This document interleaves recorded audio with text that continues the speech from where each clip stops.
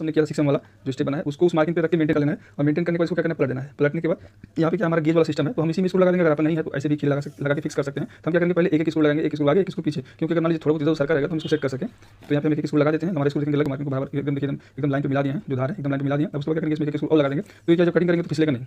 तो बात आपको ध्यान देना है, इसको अच्छे से इसको फिक्स कर देना है, ताकि मान लीजिए कटिंग करेंगे फिसलेगा तो काम गड़बड़ हो जाएगा।